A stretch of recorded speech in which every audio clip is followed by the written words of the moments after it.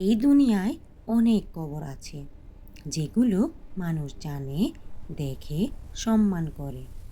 আবার এমন অনেক কবর আছে যেগুলোর জায়গা ইতিহাস স্পষ্টভাবে বলে দেয়। কিন্তু একটা কবর আছে যার জায়গা কেউ জানে না, কোনো মানচিত্রে নেই, কেউ দেখাতে পারে না।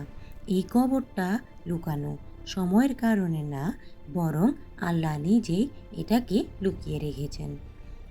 এটা হলো হজরত মুসা আলাইসাল্লামের কবর। ভাবুন, হজরত মুসা আলাইসাল্লামের জীবনের শেষ সময়। একটা জীবন সংগ্রাম, পরীক্ষা, কষ্টে ভরা। তিনি ফেরাউনের বিরুদ্ধে দাঁড়িয়েছেন, একটা জাতিকে নেতৃত্ব দিয়েছেন, অসংখ্য অলৌকিক ঘটনা দেখেছেন, আর শেষে তিনি পৌঁছালেন প্রতিশ্রুতি ভূমির কাছে, যে জায়গায় পৌঁছানোর জন্য তিনি সারা জীবন চেষ্টা করেছেন, কিন্তু তাকে সেখানে প্রবেশ করতে দেওয়া হয়নি। রাসূল সাল্লাল্লাহু আলাইহি ওয়াসাল্লাম বলেছেন, মুসা আলাইহিসসালাম আল্লাহর কাছে দোয়া করেছিলেন, হে আমার রব, আমাকে পবিত্র ভূমির কাছাকাছি নিয়ে যান, এক পাথর নিক্ষেপ দূরত্বে। আল্লাহ তার দোয়া কবুল করেন। তিনি কাছে পৌঁছালেন, কিন্তু ঢুকতে পারলেন না। এখানে একটি বড় শিক্ষা আছে। এই দুনিয়া শেষ গন্তব্য না, এটা হলো পরীক্ষা। মুসা আলাইসাল্লাম যখন ইন্তেকাল করলেন, তার কবরের জায়গা নির্দিষ্ট করে কেউ জানে না। রাসূল সাল্লাল্লাহু আলাইহি সাল্লাম বলেছেন, তিনি চাইলে আমাদের দেখাতে পারতেন, কিন্তু আজ আমরা ঠিক জায়গা জানি না। না কোনো মাজার, না কোনো চিহ্ন, শুধু একটা ধারণা আছে, এটা কোনো কাকতালীয় ঘটনা না, এটা হলো আল্লাহর পরিকল্পনা। মানুষের একটি স্বভাব আছে, প্রথমে তারা কাউকে ভালোবাসে, তারপর সম্মান করে, তারপর অতিরিক্ত বাড়িয়ে ফেলে এবং একসময় ইবাদত পর্যন্ত করে ফেলে। আগের জাতিগুলোর সাথে এমনটাই হয়েছিল। তারা প্রথমে নেক মানুষদের সম্মান করত, তারপর তাদের মূর্তি পূজা বানাতো, তারপর তাদের পূজা শুরু করল। ধীরে ধীরে অজান্তেই তারা পথভ্রষ্ট হয়ে গেল।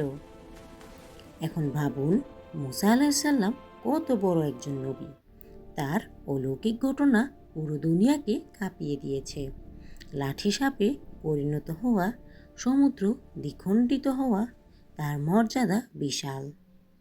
যদি তার কবরের জায়গা জানা থাকতো, তাহলে কি হতো? মানুষ সেখানে যেত, দোয়া করত, তার কাছে কিছু চাইতো। ধীরে ধীরে ইবাদতের মতো কাজ শুরু হয়ে যেত। সমস্যা মুসা আলাইসাল্লাম না, সমস্যা হলো মানুষের স্বভাব।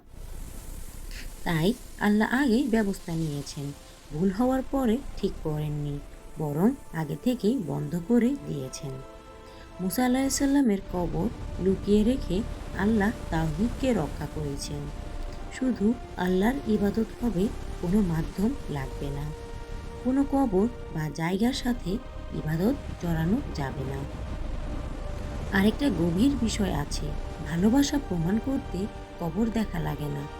আপনি কবর না দেখেও নবীকে ভালোবাসতে পারেন, বরং কবর না থাকলে মনোযোগ যায় তার শিক্ষার দিকে, তার জীবন, তার ধৈর্য, তার সংগ্রাম। আজ অনেক ধর্মে দেখা যায় মানুষ কবর কেন্দ্র করে সব কিছু করে, মাজার, তীর্থযাত্রা। মানুষ আল্লাহর কাছে সরাসরি না গিয়ে মধ্যস্থ খোঁজে। ইসলাম এটা বন্ধ করেছে। সরাসরি সম্পর্ক আপনি আর আপনার রব। একটা বিষয় খুব চিন্তা করার মতো, মুসা আলাইসাল্লামের মতো মহান নবীর কোনো বড় কবর নেই, আর অনেক জালিম শাসকের বিশাল সমাধি আছে। এর মানে কি? আল্লাহর কাছে মর্যাদা কবর দিয়ে না, আমল দিয়ে। এই ঘটনা আমাদের শেখায়, নবীদের ইবাদত করা যাবে না। মানুষ সহজেই সীমা অতিক্রম করে, আল্লাহ তাওহীদকে রক্ষা করেন। আসল গুরুত্ব শিক্ষা কবর না, সত্যি করে ভাবুন, যদি আজ মুসা আলাহিসাল্লামের কবর জানা থাকতো, মানুষ কি করত? শুধু সম্মান করত, নাকি ধীরে ধীরে সেখানে গিয়ে চাইতে শুরু করত? সত্যি উত্তরটা জানলেই আপনি বুঝবেন কেন আল্লাহ এটাকে লুকিয়েছেন। মুসা আলাহিসাল্লামের আসল উত্তরাধিকার কবর না, তার গল্প কোরআনে জীবিত, তার শিক্ষা আজও বেঁচে আছে। যদি কবর থাকতো, মানুষ হয়তো জায়গাটাতে বেশি মন দিত, কিন্তু এখন মানুষ তার জীবন থেকে শিক্ষা নেয়। তাই এটাকে একটি রহস্য ভাববেন না, এটা হলো সুরক্ষা, এটা আল্লাহর পরিকল্পনা। তিনি এটি লুকিয়েছেন আপনার ঈমান রক্ষার জন্য, আপনার আকীদা ঠিক রাখার জন্য, যেন আপনার হৃদয় শুধু আল্লাহর সাথে যুক্ত থাকে। আল্লাহ সবচেয়ে ভালো জানেন। যদি এই কথাগুলো আপনার হৃদয়ে লেগে থাকে, তাহলে এটি নিজের মধ্যে রাখবেন না, সাদকা হিসেবে শেয়ার করুন।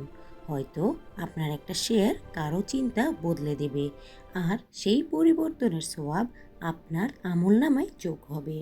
আর যদি চান আপনি সত্যিকারের ইসলাম শিখতে, তাহলে অবশ্যই চ্যানেলটিকে সাবস্ক্রাইব করুন এবং জ্ঞান অর্জনের পথে থাকুন। কারণ এই বিভ্রান্তির দুনিয়ায় শুধু সঠিক জ্ঞানই আপনাকে বাঁচাতে পারে।